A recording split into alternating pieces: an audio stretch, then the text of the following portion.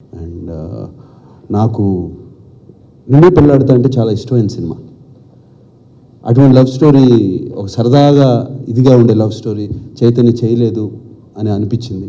And plus family అందరూ ఉండి, so అటువంటి నిన్నే పెళ్ళాడతాక రీమేక్ కాదు, బట్ అటువంటి కొంచెం ఆ టెక్స్చర్ ఉన్న కథ అది. అండ్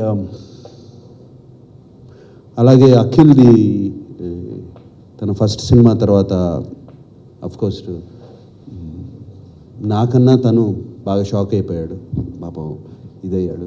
బట్ మంచిది, చిన్న వయసులో పెద్ద దెబ్బ తగిలింది. అండ్ అటువంటి దెబ్బ తగిలినప్పుడు డెఫినెట్గా మంచి ఫౌండేషన్ వస్తుంది.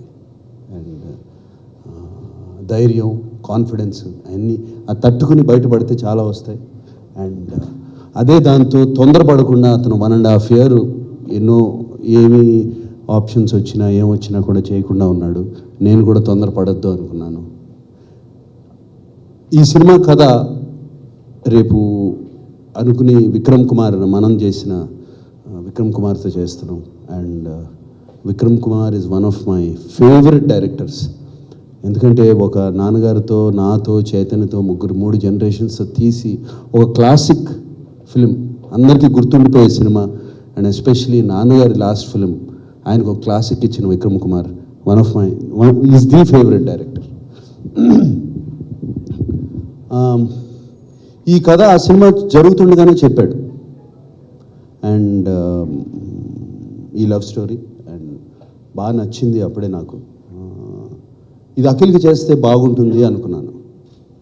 మనం రిలీజ్ అయింది, పెద్ద హిట్ అయింది, పారిపోయాడు విక్రమ్ కుమార్ నా దగ్గర నుంచి. మళ్ళీ దొరకలే, నేను బిఫోర్ అడ్వాన్స్ ఇచ్చే లోపలే వెళ్ళిపోయాడు, పట్టుకుపోయారు. సో ఫైనల్గా లక్కీగా ఇప్పుడు మళ్ళీ నేను అప్పుడు అనుకున్నది ఇప్పుడు సెట్ అయింది, అఖిల్తో చేస్తే బాగుంటుందని. అండ్ నిన్నే పెళ్లి చేసుకున్నాడు. అతనికి ఒక 2 వారాలు 3 వారాలు టైం ఇస్తాను. దాని తర్వాత తెచ్చి ఇక్కడ కూర్చోబెట్టి